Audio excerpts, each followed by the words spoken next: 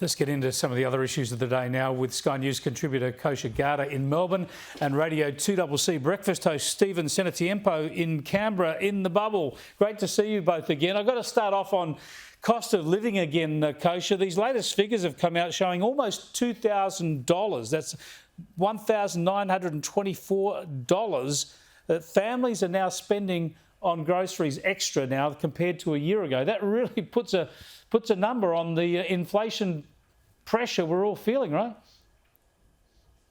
It does, and sadly, it's more bad news after more bad news on that front.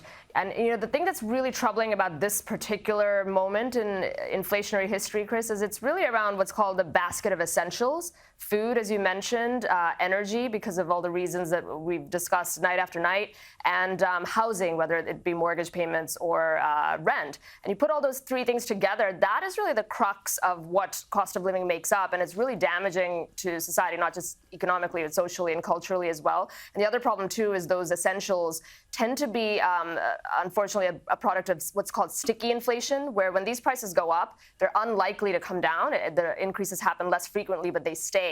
And so, unfortunately, without drastic structural changes, spending cuts by the government and other measures, this is unfortunately not going to be something transient, even though that's sort of the line that they keep pushing. Yeah, see, we work it out at $37 a week. It's only going to go higher. Of course, it'll be a lot more than that for some people if they're just coming off a fixed rate mortgage or if they've got big families and the like, Stephen.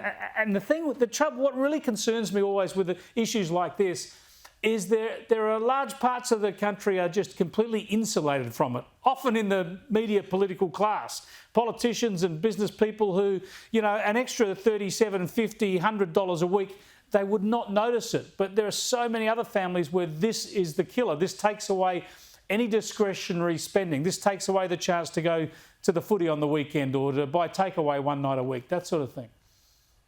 Yeah, it's very evident here in Canberra, because I always say that Canberra's a tale of two cities. You've got the inner suburbs around the lake where the affluent public servants live, and then you've got the outer suburbs where regular people that live in any other part of Australia. And I mean, I did some calculations on this on the weekend. I used to brag about the fact that I could feed four people a fairly substantial plate of pasta each for about $8 in total. That is now $12. That's a 50% increase on a very, very basic meal for a family. I don't know where the average family finds that. And, you know, things like a packet of chips, for instance, that used to be $3.50 is now $5.20. You know, they're the kind of luxuries that families aren't going to be able to buy anymore. And I don't see where it ends, because the one thing that I've noticed is that those responsible for inflation, and that is the government and those that are spending far too much of our money, don't seem to acknowledge that they have a responsibility for the inflationary pressures. It all seems to be lumped back on us. You know, we're spending too much, we need to tighten our belts. But, you know, there's an easy way to fix inflation, not necessarily in the short term, but certainly in the medium term, and that's for government to stop spending.